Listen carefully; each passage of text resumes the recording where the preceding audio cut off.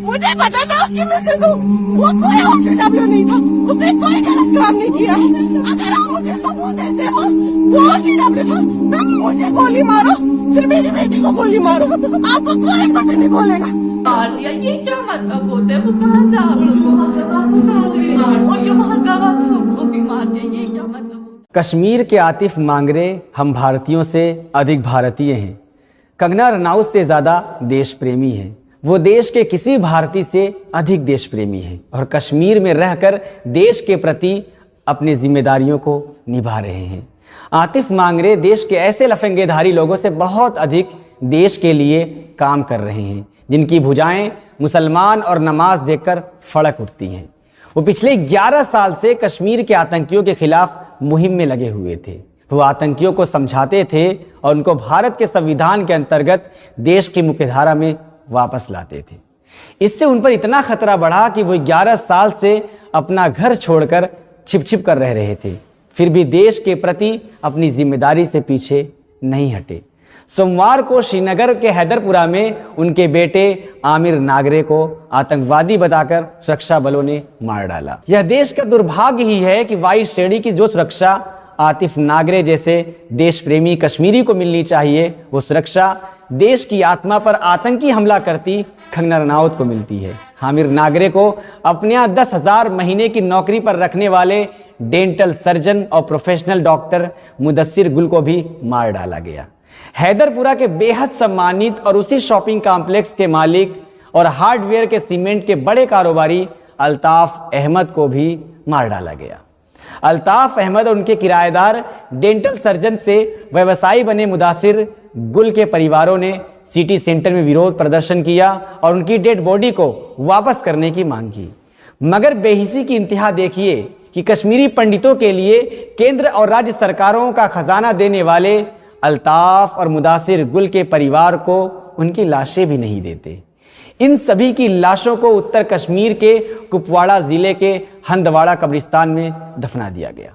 यह कब्रिस्तान ही मुठभेड़ों में मारे गए आतंकवादी का सरकारी टैग लिए लोगों के लिए आरक्षित है। आतंकवादी के नाम पर मारे गए सारे लोग यहीं दफना दिए जाते हैं। जम्मू और कश्मीर पुलिस ने कहा कि मारे गए 4 में से 2 आतंकवादी थे। मुदस्सिर गुल को आतंकवादी का सहयोगी बताया और दूसरे अल्ताफ को इमारत का मालिक बताया।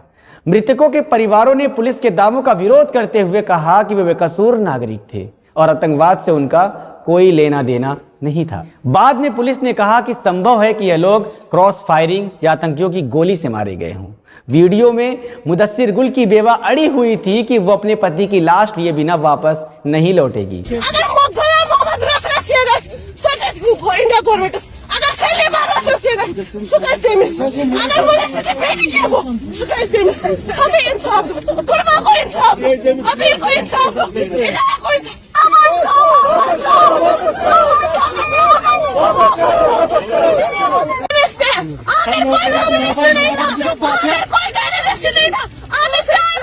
हमारे ऑफिस में चाय खाते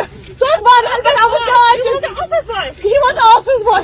He was a maid. He was working as a maid. I was giving him 10,000 pay per month. He wasn't a terrorist. My Mudassir wasn't an OGW. He was a doctor by profession. मगर police द्वारा मारे गए मनीष गुप्ता, विवेक तिवारी के परिवार वालों को लाखों लाख की मदद करने वाली सरकारें कश्मीर में मुदस्सिर और अल्ताफ की लाशें भी उनके फैमिली को नहीं देती। यही है कश्मीर का सच, जो भगवा रंग में रंग गए देश को नहीं दिखता। इस रंग ने वो नजर अंधी कर दी जो इंसानी एहसास और मानवाधिकार की हर जगह वकालत करती थी। कश्मीर में इंसानी एहसास और मानवाधिकार के लिए जगह सिर्फ कश्मीरी पंडितों के लिए है। उनके लिए ही सरकार का खजाना है, उनके लिए ही सुरक्षा है, उनके लिए ही भत्ते हैं, कोटा है, उनके लिए सुरक्षित गलियारा है। बाकी कश्मीरी दो तरफा मार में मरते रहे। वीडियो में अल्ताफ की बेटी कह रही है कि मैं कैसे अपनी माँ को संभालूंगी। मैं 7वीं क्लास से पढ़ने वाले उस छोटे भाई को कैसे बताऊं कि हमारे वालिद इस दुनिया में नहीं रहे। 10 बजे की अराउंड मेरे चाचू को कॉल आया और उसने रोना स्टार्ट कर दिया। मैं घर पे ही थी तो सड़क पे चीखने चिल्लाने की आवाज स्टार्ट हो गई। मैं बहुत डर गई, मैं उठी और मैं भाग गई। मैं अल्लाह ताला से दुआएं मांग रही थी, मैं अल्लाह ताला से दुआएं मांग रही थी। भाई बहन ने जो बोला कि वहाँ पे उसको कितनी बार भाई बहन, मेरी कजन ने बोला उसको 3 बार ऊपर चढ़ाया। ऑलरेडी उधर था, जो कजन उधर पे था, जो गवाही दे रहा था, जो ने देखा अपनी आंखों से, 3 बार उसको ऊपर चढ़ाया, 3 बार, 3 बार छोड़ा, 2 बार छोड़ा, थोड़ी सी बार मार दिया। ये क्या मतलब होता है? वो कहाँ से आप लोग, जो वहाँ गवाह थे उनको भी मार दिया। और जो वहाँ गवाह थे उनको भी मार दिया। ये क्या मतलब होता है? और जब मैं उनको बोल रही हूँ कि अंकल आपने ये क्या किया, आपको कैसे लगा मेरा बाप ये है, तो वो वहां से हंस रहे हैं। मैं क्या रिस्पॉन्स दूं उनको? वो हंस रहे थे वहां से, वो बहुत बेशर्मी से हंस रहे थे। मैं उनको क्या जवाब देती वहां पर? मेरा भाई वो 2nd क्लास में है, वो बहुत छोटा है, उसको हम क्या कहेंगे? उसको नहीं पता है, उसको अपने पापा के साथ बहुत है, मुझे मेरे पापा के साथ बहुत है। अब मैं क्या करूंगी? मैं अपनी माँ को कैसे संभालूंगी? वो खड़ा नहीं उठ पा रही है, वो इतना रो रही है, मैं क्या करूं? मेरी जब मैंने पूछा अंकल इनकाउंटर क्यों किया, तो वो हंसने लगे, बेशर्मी से हंसने लगे। परिजनों द्वारा अल्ताफ भट्ट और मुदस्सिर गुल की लाश मांगने पर इनके परिवार वालों को हिरासत में ले लिया गया। जिस मोहल्ले में ये रहते हैं वहां की बिजली काट दी गई, जिससे डर का माहौल बना दिया कि अंधेरे में फिर कोई इनकाउंटर हो सकता है। यकीन मानिए इतिहास में दर्ज होगा कि कश्मीर में भारत के लिए सबसे ज्यादा कुर्बानी कश्मीरी पंडितों ने नहीं, ऐसे लाखों शहीद लोगों ने दी है जो आतंकवाद के आरोप में बेगुनाही साबित किए बिना मार दिए गए। देश के लिए कुर्बानी कुनन पोशपोरा की पूरे गांव की महिलाओं ने दी है, जिनका सेना ने पूरा गांव घेरकर बलात्कार किया था। सुनिए परिवारों की चीखों पुकार, जिसके पास न मानव अधिकार है न उनके लिए मानवीय संवेदना।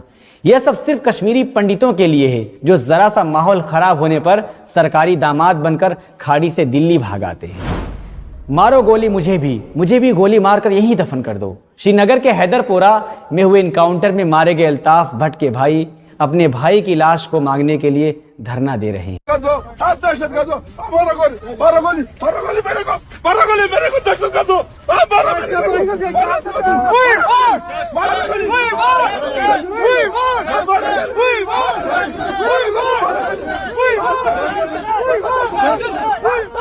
अल्ताफ की लाश को दफन किया जा चुका है।